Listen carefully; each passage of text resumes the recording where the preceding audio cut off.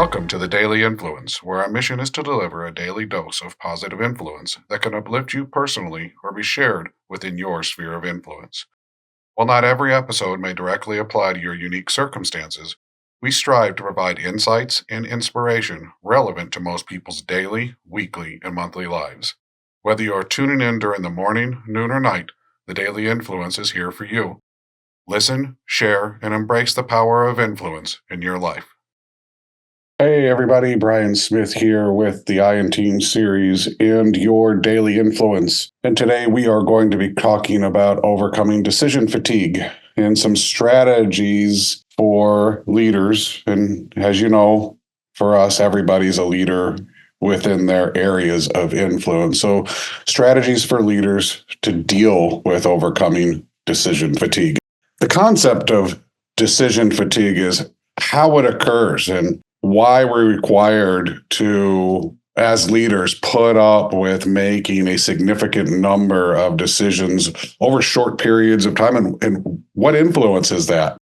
That impact, when those issues happen, when we get overloaded with decisions, and it creates an opportunity of high risk for us to get fatigue in the decisions, to become impatient, to make quick decisions, make bad decisions, or decisions that circumvent some of the tools and strategies we're going to talk about that get put into place. So understanding decision fatigue and actually admitting that it happened is the first thing. But then being self-aware and how important it is to be self-aware of your own mental health in the moment when you are overloaded with decisions, recognizing the signs within yourself, but also recognizing the signs on your team if they're getting decision fatigue, and helping them to understand before it becomes a pervasive problem so that you can mitigate its effect and influences on the decision process and not have a cascading ripple effect through your organization that eventually could cause high-risk decisions to be made, bad decisions to be made, or create unintended consequences within your organization. So the foundation for us is always smart management. If you're joining us new, SMART stands for specific, measurable, attainable, relative, or realistic, and timely. And we manage organizations using the SMART management foundation. And that means that if you've heard of SMART, you're used to hearing it as goals, but we actually incorporate it into our communication, into our tactics, into just about everything that we do. And it's a simple word to remember. So understanding that by leaning into SMART, we can streamline the decision-making process. We can reduce the cognitive load on ourselves and on the leaders in our organization. When we set clear objectives that are specific, that are measurable, that we understand are achievable and what that means contextually within our organization and relevant, and they're timely.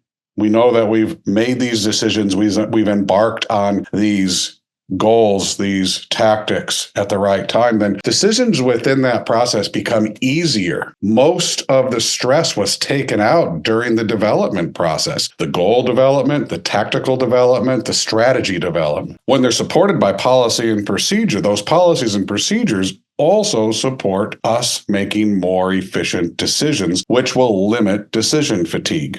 When we have something to fall back on, that structure, that SMART framework, the need for us to dig deeper into our psyche, be influenced heavily by the decisions that need to be made are reduced dramatically. That effort's been spread out during the planning phases, during most of the tactical phases.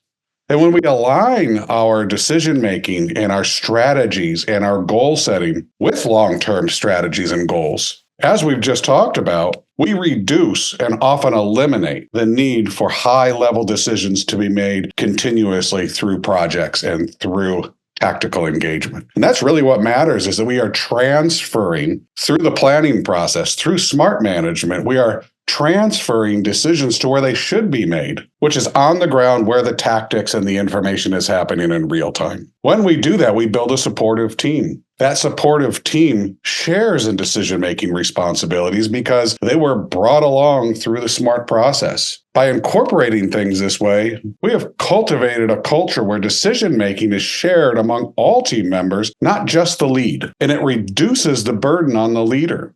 It engages and it makes everybody inclusive, which creates equity throughout the entire organization, and it creates a path for success. And when we do that, we reduce the opportunities for decision fatigue, almost eliminating it. Empowering the team to take ownership of their decisions within their areas of influence and expertise elevates them.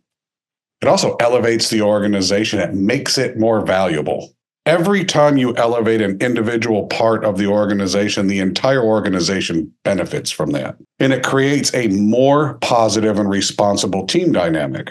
So relating this to a SMART management principle is easy for us.